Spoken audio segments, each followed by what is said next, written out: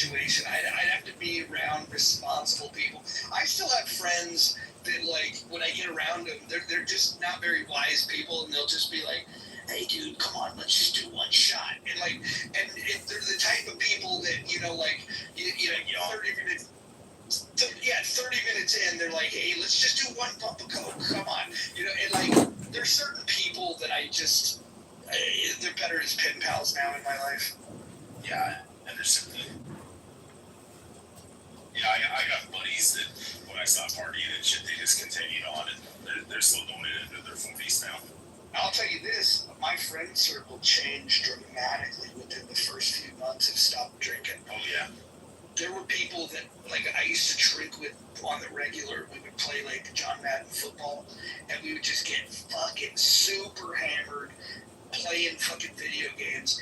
And when they realized that I didn't drink anymore, they weren't even interested in playing video games. Like, it was like, because there is something to be said about, like, drunk people don't like sober people, and sober people don't like drunk people.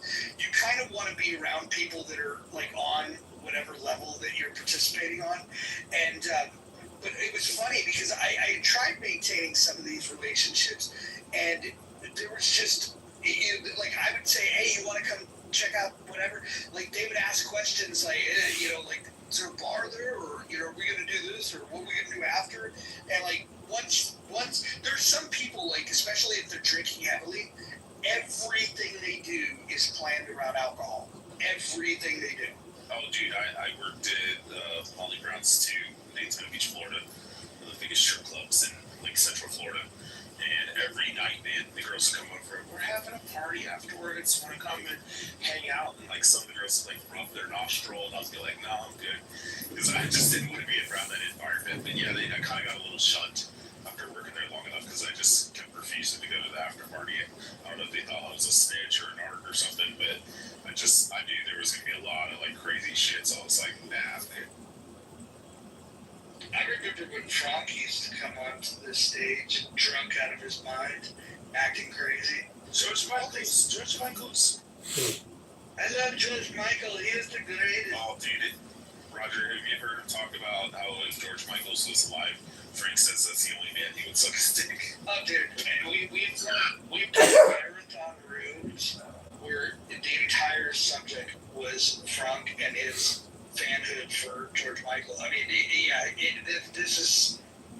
that was vintage Clubhouse. Frank doesn't even talk about him anymore. He used to, when we would bring it up, he would do the whole fucking GIF with George Michael, and he doesn't participate like that anymore. Dude, I have the kind of 1800 watt Bowers and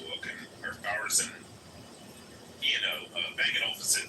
Not Bowers Wilkinson's in my house, but the Bang & Olufsen stereo in my car, Expedition, and I was, like, blasting George Michael. Frank was, like, as he's a little tipsy, so he's, like, singing every word. He's like, this is the greatest night in the world.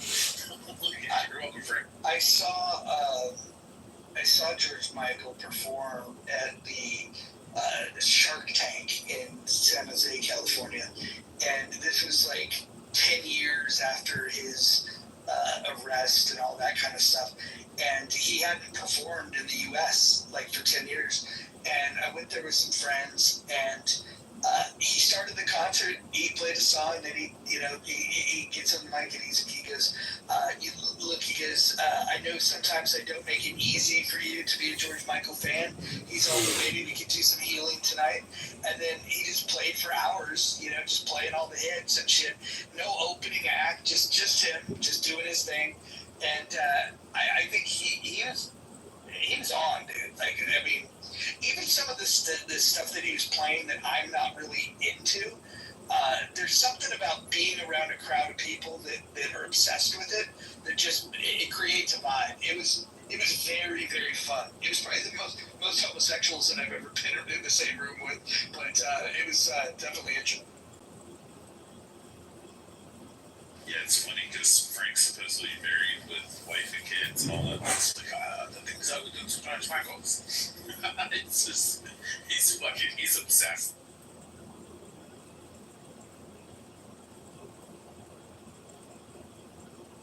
Well, guys, this has been a fun room.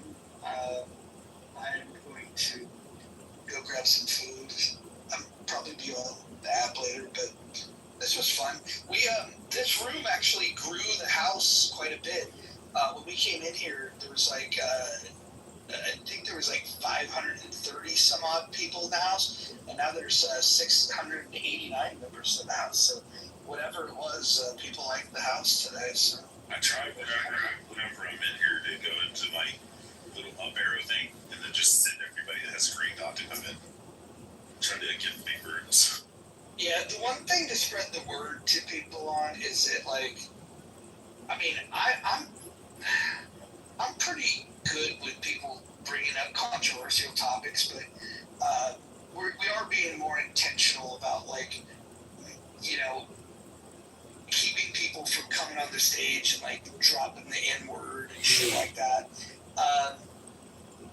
Some of the rooms on Clubhouse, they like it better when they're doing that, and I don't know. There's got to be an alternative to it. I mean, there's no shortage of other rooms where people can do that. So I think Ro and I will get together and figure out, you know, like a more, I don't know, standardized version of the rules of the road in terms of, you know, people talking over each other, people with long shares that are boring, and just a bunch of basics that would make the conversation better. Is that Hakima? Hakima gave me the googly eyes. Why is he in the audience? Oh, I moved him down because he said something. Exactly my point. Why get moved down without like bro, I've been talking to you for 5 years. To move me down because I said something that you didn't agree with without even. No, I think I moved you down. Were you the one that said the N-word? Yeah, he did. Yeah. No, it was proving a point. It was okay. It came up. I listen. I'm holding it. The only way I can hold the line on the rule of people not saying that is to move anybody the moment I hear them say it. Roger, under that rule, and if I violated, move me. But what I seen was not that.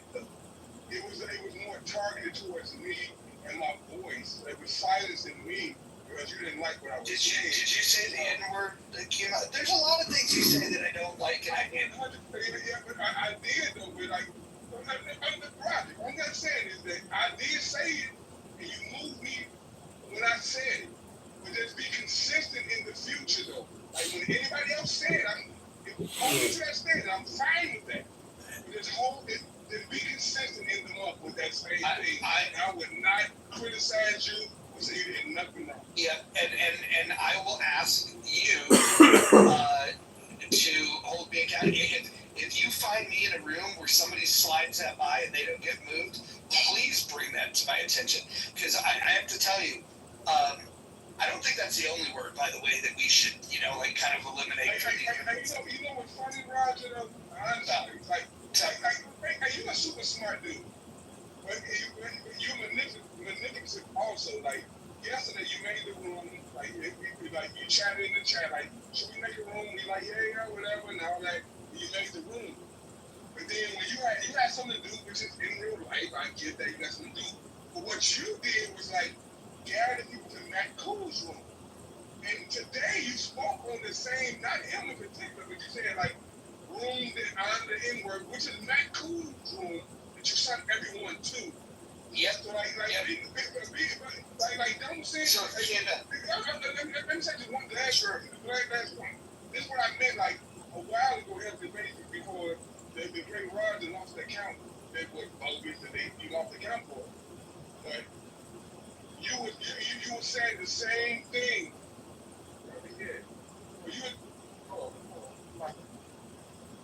Okay, I'll respond to that. Hopefully you're listening. I actually sent Sarah a message about that room when I heard from multiple sources that Pepe was just in there dropping N-bomb after N-bomb. And I'm not going to read what I wrote to Sarah, but when Sarah came to the room last night, I called her out on it on the stage, in fact. And was here last night as well, and I told them exactly how I feel about that, and I even told them I'm more ashamed of the people that laugh at it and allow it to go on than I am with the person doing it. The person that's doing it is obviously doing it because they crave attention and they don't have a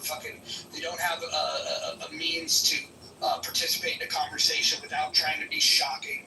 And so I kind of know what they're doing, but if people are moderating a room, I think the moderator is responsible for it. And if the moderators themselves are using laugh emojis and then making excuses for it, I think that's more shameful than the person saying. Right. That's the point I tagged on. I said, well, like you directed everyone to go to Matt Cool's room to finish the conversation. They wasn't on that conversation, which is fine, though. But like you were condoning that moment, Matt Cool and others that allowed that word. Well, hold on. Let me clear that real quick. You spoke for it yesterday, but today you cleared it up like, I don't accept that shit, it's not okay, y'all shouldn't do it. But yesterday, which is a day, it is reality, that you really condone, like, Matt Cool is who Matt Cool is, and you knew that prior to yesterday. No. You condone his bullshit, you literally did. No, hold on. I never condone that. In fact, the only reason I told people to go over to that room is Matt's actually ran over the last week and a half some really good rooms where people were having legitimate conversations, and people like Pepe were getting not removed from the room, but moved down off the stage. And so Matt was the only person in the room that also starts rooms. And so when I had to go, I just said, hey, look, Matt's got a room. He's starting. You guys can carry the conversation over there. I did not say, hey, go over there where Matt's going to allow the N-bomb to be repeatedly said. No, you didn't say that. I wouldn't put that on you never say that. But historically, Matt Rooms is known for that, though. Yeah. So for you to endorse, like over the years, 4 or 5 years, his Rooms is known for accepting that. So for you to endorse people in your room to go to that room is endorsing that ignorance. And from where I see. Well, since I've been back on the app, I will tell you, just 2-3 nights ago, I thought Matt and Joe Hero ran one of the better rooms that this app has had in a really, really long time. And so, I think the fact that it just happened yesterday, you'll have to trust and believe. I'll tell you this: you're not going to see Sarah or Matt modded in these rooms. I'll let them up on the stage, and they'll have to abide by the rules that everybody else has to abide by. But I'm not going to be moderating them, especially after calling Sarah out, and she wanted to then center herself and make it into you guys talk about all kinds of inappropriate stuff. It's like, yeah, we're adults and we can talk about inappropriate things. We can talk about sex and penises and all those kind of things. I think that that's fundamentally different than somebody using words that are only designed. There's 2 reasons why somebody would use that word.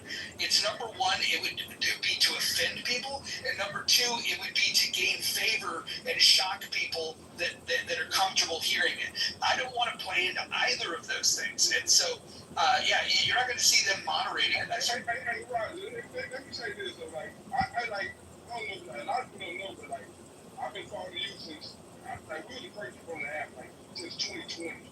I've been in your room, and one thing I know about you is that I don't believe you're a racist. I do not believe you're a racist.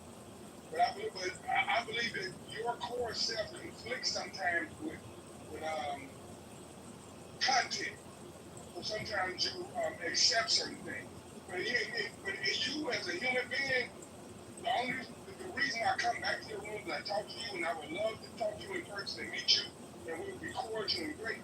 But I don't believe you're racist, but I think that you confuse, not confuse, but you allow content over your core principle. But I have seen you many times playing out bullshit, and that's why I like you as a human being, because I've seen you do it. At the same time, I saw you allow bullshit. I knew that when you didn't co-sign with it, you were just silent and let it go on.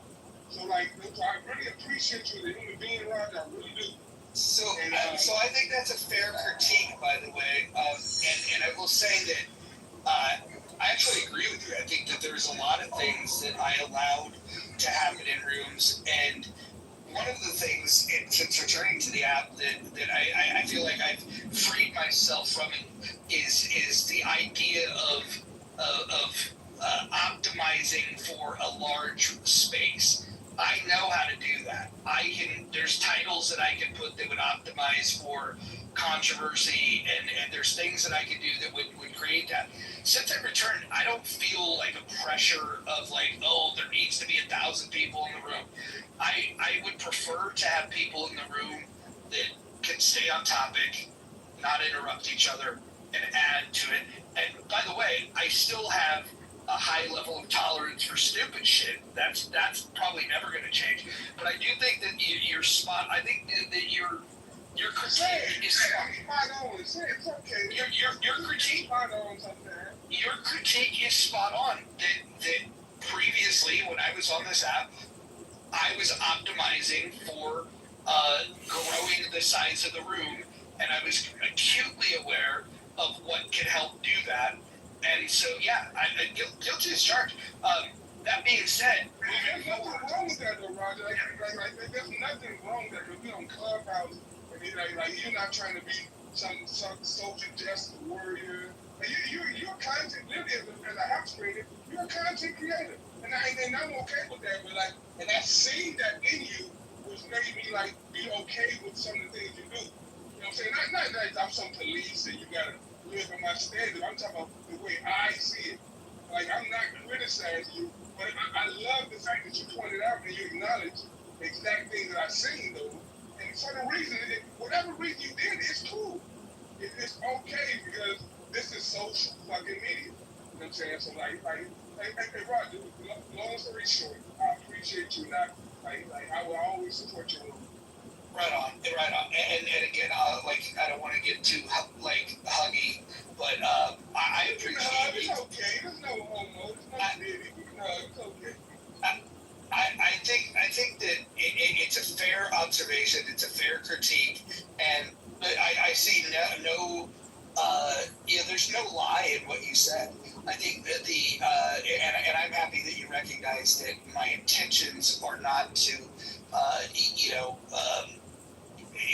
it's not like I have some, nefarious ideology where I want to harm people based on race or gender or anything like that.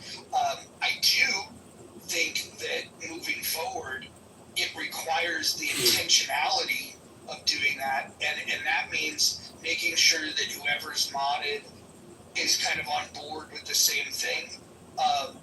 And so I think instead of me going to bed and leaving it in the hands of okay, hey, you guys take it from here, and just feeling like absolved from it, I'll probably be more likely to just shut a room down if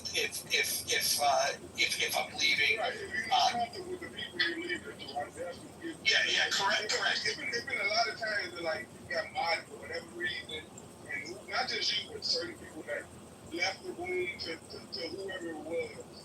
And that's not necessarily a good idea. But you said, hands down, you're smarter. Period. I would own that shit and acknowledge it. But by you pointing out what you're saying, you're acknowledging what I have seen from you. That's why I appreciate you as a content host. I appreciate the person that holds rooms.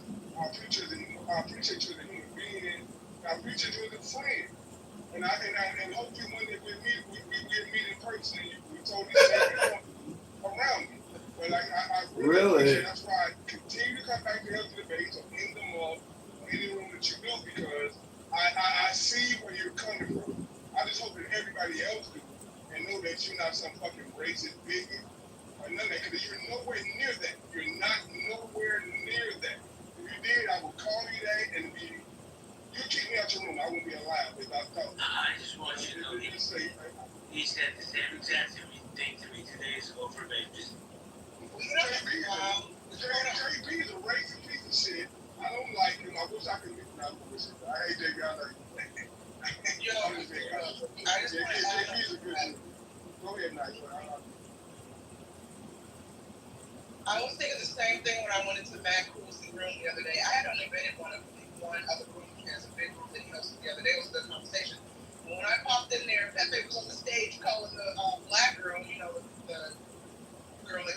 ridiculous to everybody. Yeah, well, don't say it, Akima. We gonna say what it is. Hold on. Let me just be clear. Repeating what somebody said, I know why you did that. Let's not do that because in order to have zero tolerance around it, we really have to have zero tolerance around it. Well, we need to know what it is, though.